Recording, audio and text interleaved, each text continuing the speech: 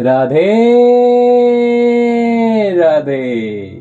मैं अभिषेक भटनागर एक बार फिर अपने चैनल गॉड इज माइंड पर आपका स्वागत करता हूं। आज हम श्रीमद् भागवत के तीसरे स्कंद के 20वें और 21वें अध्याय के बारे में जानेंगे, जिसमें मैत्री जी ऋषिवर का विदुर जी से जगत की उत्पत्ति कहना और किस तरीके से कुरुक्षेत्र में बिंदुसर नामक तीर्थ का उत्पन्न होना वर्णित किया जाएगा। तो चलिए करते हैं आज के दिन की शुरुआत एक बार फिर राधे राधे के नाम के साथ। 20वां अध्याय, मैत्री ऋषिवर का विदुर जी से जगत की उत्पत्ति कहना। सौनकादिक ऋषिवर ने इतनी कथा सुनकर सूत जी से पूछा कि जब वराह जी पृथ्वी को पानी पर स्थिर करके वैकुंठ को गए, उसके पीछे किस तरह संसार की रचना हुई। मैत्री ऋषिवर और विदुर से क्या संवाद हुआ। सूत जी ने कहा, वराह अवतार की लीला सुनकर विदुर जी बहुत प्रसन्न हुए। उन्होंने मैत्री ऋषिवर से पूछा, महाराज, ब्रह्मा ने संसारी जीवों को किस तरह उत्पन्न किया। मैत्री जी बोले, जब पृथ्वी स्थिर हो चुकी तब आदि निरंकार की माया और इच्छा से पहले 24 तत्व प्रकट हुए। फिर एक पुरुष यक्ष नाम का उत्पन्न हुआ। जब उसे भूख और प्यास लगी तब वह भोजन के लिए कोई पदार्थ न पाकर ब्रह्मा जी को खाने के लिए चला। तब ब्रह्मा जी ने क्रोध करके उसको मना किया और तब उनके क्रोध से एक तमोगुणी पुरुष रक्ष नाम का राक्षस प्रकट हुआ। ब्रह्मा जी ने उन दोनों को देखते ही भय मानकर जीवों का उत्पन्न करना बंद कर दिया और मन में विचारा कि हमारे इस तनु से सृष्टि रचने में अधर्मी लोग उत्पन्न होंगे। जब मैं दूसरा तनु धरकर सतो गुण से जीवों की उत्पत्ति करूंगा तब ज्ञानी और धर्मात्मा लोग उत्पन्न होंगे। ऐसा उच्च विचार कर उन्होंने वह अपना तनु छोड़कर दूसरा शरीर धारण किया और अपने पहले शरीर के दाहिने अंग से स्वयंभू मनु नाम का एक पुरुष तथा बाएं अंग से शत्रुपा नाम की स्त्री उत्पन्न करके दोनों का विवाह कर दिया।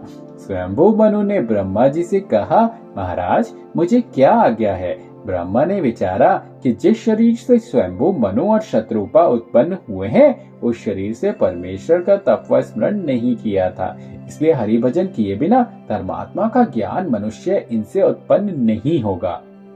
यह बात सोचकर ब्रह्मा ने स्वयंभू मनु और शत्रुपा से कहा, तुम लोग पहले परमेश्वर का तत्व स्मरण करके पीछे से संसारी जीवों की उत्पत्ति करो, जिसमें धर्मात्मा मनुष्य उत्पन्न हो। ब्रह्मा जी की आज्ञा से स्वयंभू मनु और शत्रुपा, जो कि एडम और ईव थे पाश्चात्य जगत के, उसी समय वन में तप करने चले गए। उनके जाने के उपरांत ब्रह्मा ने भगवान जी का ध्यान करके उनसे प्रार्थना की, हे दीन दयालु, हे करुणा निधान, मेरा अपराध क्षमा करो। मुझसे संसार रचने में भूल हुई। यह कठिन काम मुझसे नहीं बन पड़ता हो, तो मुझे सामर्थ्य दो जिसमें तुम्हारी आज्ञा अनुसार जीवों की उत्पत्ति हो। यह बात सुनकर ब्रह्मा जी को ध्यान में नारायण जी ने यह उपदेश किया, हे ब्रह्मा, अब तुम्हारा तन शुद्ध हुआ। तुम संसार की रचना करो, धर्मात्मा और ज्ञानी मनुष्य उत्पन्न होंगे। वैकुंठनाथ का यह वचन सुनते ही ब्रह्मा ने प्रसन्न होकर नारायण जी की कृपा से मरीचि, कश्यप, अत्रि, अंगिरा, पुलस्त्य, क्रतु, भृगु, वशिष्ठ, दक्ष और नारद ये 10 पुत्र उत्पन्न किए। इन 10 ने ब्रह्मा जी से पूछा कि हमें जो आज्ञा हो सो पालन करें। ब्रह्मा जी ने कहा, तुम लोग परमेश्वर का तप करके संसारी जीव उत्पन्न करो। इसी बात में नारायण जी और हम दोनों ही प्रसन्न होंगे। ब्रह्मा का वचन सुनकर नारद, अंगिरा और क्रतु 3 मनुष्यों ने कुछ उत्तर नहीं दिया और भृगु आदि 7 बेटे प्रसन्न हुए। 10 मनुष्य परमेश्वर का तप करने के लिए वन को चले गए। ब्रह्मा के जिस शरीर से स्वयंभू मनु और शत्रुपा उत्पन्न हुए थे, उस तन की हड्डी और चमड़ा जो पड़ा था, उसमें से एक अंधियारा प्रकट हुआ। उस अंधियारे को यक्ष और रक्ष ने, जो पहले ब्रह्मा से उत्पन्न हुए थे, स्त्री समझकर ले लिया। यहाँ पे समाप्त होता है हमारा 20वां अध्याय। अब बात करते हैं 21वें अध्याय की। नारायण जी का स्वयंभू मनु, शत्रुपा और करदम ऋषिवर को दर्शन देकर वरदान देना। मैत्री ऋषिवर बोले, हे विदुर, जब स्वयंभू मनु और शत्रुपा ने वन में जाकर 10,000 वर्ष तक परमेश्वर का तप और ध्यान किया, तब वैकुंठनाथ ने दर्शन देकर उनसे कहा, मैं तुमसे बहुत प्रसन्न हूँ, कुछ तो वरदान मांगो। स्वयंभू मनु और शत्रुपा ने परब्रह्म परमेश्वर का दर्शन पाते ही बहुत स्तुति और पूजा करके हाथ जोड़कर कहा, हे दीनानाथ अंतर्यामी, हमने संसार उत्पन्न करने और राजगद्दी का सुख भोगने के लिए तप किया है, सो हमने बड़ी भूल की जो राज्य की इच्छा से तप किया। मुक्ति प्राप्त करने के लिए तप और स्मरण करना उचित था। नारायण जी ने वचन सुनकर कहा, हे स्वयंभू मनु, जिस मनोरथ के लिए तुमने तप किया है वह वरदान मांगो। उसके सिवा और जिस वस्तु की तुम्हें इच्छा हो वह भी मुझसे मांग लो। जब वैकुंठनाथ की ऐसी दया व कृपा स्वयंभू मनु और शत्रुपा ने अपने ऊपर देखी, तब हाथ जोड़कर बोले, हम चाहते हैं कि आपके समान पुत्र हमारे घर उत्पन्न हो। यह बात सुनकर परब्रह्म परमेश्वर ने कहा, मेरे समान तो दूसरा कोई नहीं है जो तुम्हारे यहाँ उत्पन्न होकर तुम लोग की इच्छा पूर्ण करे, इसलिए हम स्वयं तुम्हारे घर अवतार लेंगे। ऐसा कहकर नारायण जी अंतर ध्यान हो गए। स्वयंभू मनु और शत्रुपा ने ब्रह्मा जी के पास आकर दंडवत किया। स्वयंभू मनु अपने पिता की आज्ञा से संपूर्ण पृथ्वी का राज्य करने लगे। स्वयंभू मनु और शत्रुपा से 2 बेटे उत्तानपाद और प्रियवत तथा 3 कन्याएं आकुति, देवहूति और प्रसूति नाम की उत्पन्न हुई। उत्तानपाद के ध्रुव नाम का पुत्र उत्पन्न हुआ और प्रियवत पहले नारद जी के ज्ञान सिखलाने से विरक्त हो गए थे। फिर उन्होंने ब्रह्मा जी के समझाने से 7 द्वीपों का राज्य किया। स्वयंभू मनु ने आकुति का विवाह रुचि नाम ऋषिवर से कर दिया। ब्रह्मा जी के बेटे कर्दम ऋषिवर ने पिता की आज्ञा से 10,000 वर्ष तक परमेश्वर का तप किया। जब नारायण जी ने प्रसन्न होकर दर्शन देने के उपरांत उनसे कहा कि तुम वरदान मांगो, तब कर्दम ऋषिवर दंडवत और पूजा स्तुति करके हाथ जोड़कर बोले, हे ज्योति स्वरूप अंतर्यामी, मेरे दीनानाथ, मैंने संसार उत्पन्न करने के लिए तप किया है। यह वचन सुनकर वैकुंठनाथ ने कहा, मुझे पहले से तुम्हारे मन का हाल मालूम था, सो मैंने तुमको इच्छा पूर्वक वरदान दिया। इसके सिवा और जो कुछ चाहते हो वह सब तुमको मिल जाएगा। आज के तीसरे दिन स्वयंभू मनु तुम्हारे पास आकर अपनी कन्या देवहूति से तुझे विवाह देगा और हम तेरे यहाँ अवतार धारण करेंगे।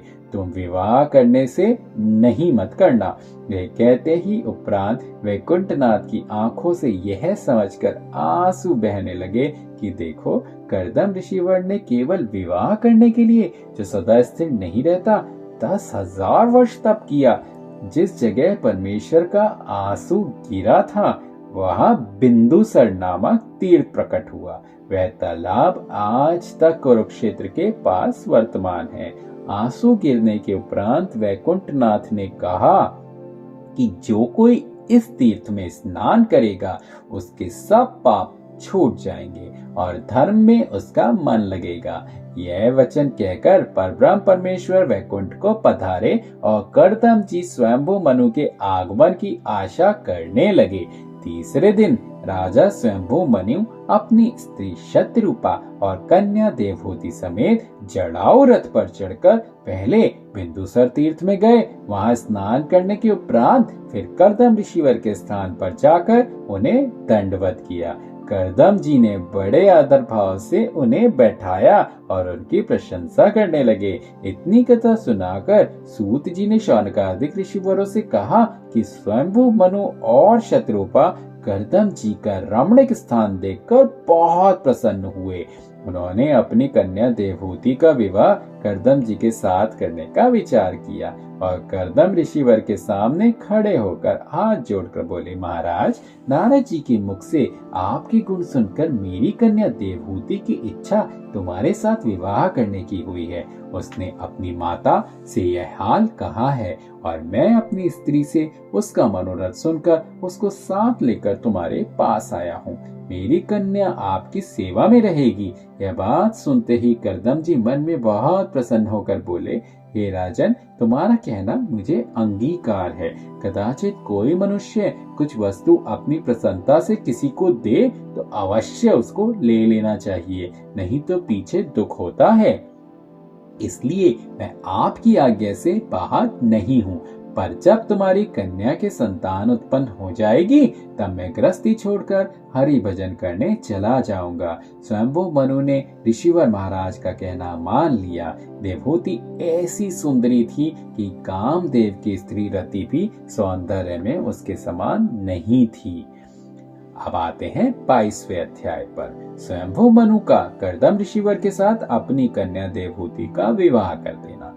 मैत्रेय जी ने कहा कि जब कर्दम ऋषिवर ने देवहूति के साथ विवाह करना अंगीकार किया तब स्वयंभू मनु ने देवहूति का विवाह कर्दम जी से विधि पूर्वक करके कहा, महाराज, आपको सेना और द्रव्य आदि जिस वस्तु की चाहो सो मैं तुम्हारे यहाँ पहुँचा दूं, क्योंकि मेरा सब राज्य और धन ब्राह्मणों और ऋषिवरों का है। यह वचन कर्दम जी सुनकर हंसकर बोले, हे राजन, हमको धन और सेना कुछ नहीं चाहिए। जब स्वयंभू मनु और शत्रुपा अपनी बेटी अपनी कन्या कर्दम जी के पास छोड़कर राज मंदिर को जाने लगे तो देवहूति ने बहुत रुदन किया। राजा और रानी उसे धैर्य देकर कर्दम जी से विदा हुए और देवहूति कर्दम जी की सेवा में रहकर उनका सब काम बिना कहे कर देती थी, जिससे किसी काम के लिए उनको कहना ना पड़े। राजा स्वयंभू मनु ने महर्षिमतिपुरी में जहाँ वाराह जी की रोम गिरने, कुशा उगने और ऋषिवरों के मंत्र पढ़ने से दैत्य नहीं रह सकते थे, अपनी राजगद्दी पर जाकर विचार किया कि हमारे पास राज्य और द्रव्य बहुत है। संसार में मनुष्य धन अधिक होने से उसको अपने सुख के लिए जो सदा स्थिर नहीं रहता खर्च करते हैं और परलोक का डर नहीं रखते, किंतु मनुष्य को उचित है कि परमेश्वर जिनको धन दे उसे वह नारायण जी के नाम पर शुभ कर्म में खर्च करे। यह बात विचार कर स्वयंभू मनु ने हर साल विधि पूर्वक यज्ञ करना और नित्य प्रातः समय बहुत सी गाय और स्वर्णाधिक ब्राह्मणों को दान देना आरंभ किया। जब नित्य नियम से छुट्टी पाए तब महात्मा ऋषिवरों से परमेश्वर की कथा व लीला सुने। जिस समय कोई ब्राह्मण व महापुरुष ना हो उस समय आप नारायण जी की कथा कहकर हरिचरणों का ध्यान मन में रखे। इसी तरह 71 चतुर्युग उन्होंने राज्य किया और हरि भजन के प्रताप से उनका पराक्रम मरते समय तक ज्यों का त्यों बना रहा। उनका कोई क्षण परमेश्वर की याद व चर्चा के बिना नहीं बीतता था। उनके राज्य में हरि इच्छा से जब प्रजा चाहती थी तब पानी बरसता था। 12 महीने सब तरह के फल व फूल वृक्षों में लगे रहते थे। सब प्रजा आनंद से रहकर परमेश्वर का भजन व स्मरण किया करती थी। स्वप्न में भी किसी को दुख नहीं होता था। तो यहाँ समाप्त होता है हमारा 12वां अध्याय। अब इस अध्याय से हमें क्या ज्ञान मिलता है? इस ज्ञान से हमें ये ज्ञान मिलता है कि व्यक्ति जो कुछ भी कमाता है उसको कम से कम थोड़ा दान के लिए जरूर रख छोड़ना चाहिए। जिस तरह मैंने पिछले अध्यायों में भी बताया था कि यदि हो सके तो अपनी कमाई का दशमांश जरूर दान के लिए बचा के रखे। दशमांश का मतलब है 10%, क्योंकि आज के जमाने में किसी के पास इतना वक्त तो नहीं है कि यज्ञ करे। तो यज्ञ करना तो इतना आसान आपके लिए बना नहीं है, परंतु दान करना बहुत आसान है। दान करने से मतलब ये नहीं है कि कोई भी कहीं भी जो भी दिखे, चाहे उसको धन की अभिलाषा ना हो, आप दान कर दे। आप दान वहां करें जहां आपको उचित लगे, जहां आपको लगे किसी का भला हो रहा है। जिस तरीके से कई बार ऐसा होता है कि यदि आपको दिखे कि कोई भी ऐसा प्राणी आपको दुखी नजर आ रहा है जो कि या तो सर्दी में ठिठुर रहा है या तो उसको खाने के लिए कुछ नहीं है, तो जरूरी नहीं है कि आप उसको पैसे का ही दान दें। आप या तो उसको कंबल दे दें या तो आप उसको कुछ खाने के लिए ही दे दें। इससे ज्यादा वस्त्र और खाने से ज्यादा बड़े दान से बड़ा दान कुछ नहीं होता। इसीलिए जितनी आपकी सामर्थ्य हो उतना दान जरूर करें। तो ये था आज के अध्याय का हमारा जो हमने जाना उसका निष्कर्ष। तो आज से ही ये अपने नियम बना लें कि अपनी सैलरी का 10% एटलीस्ट जरूर सेव करें और दान करें। यकीन मानिएगा आपको बहुत उस 10% का 100% होके आपको कैसे मिल जाएगा, आपको पता भी नहीं चलेगा। तो चलिए करते हैं आज के दिन की शुरुआत राधे राधे के नाम के साथ। राधे राधे।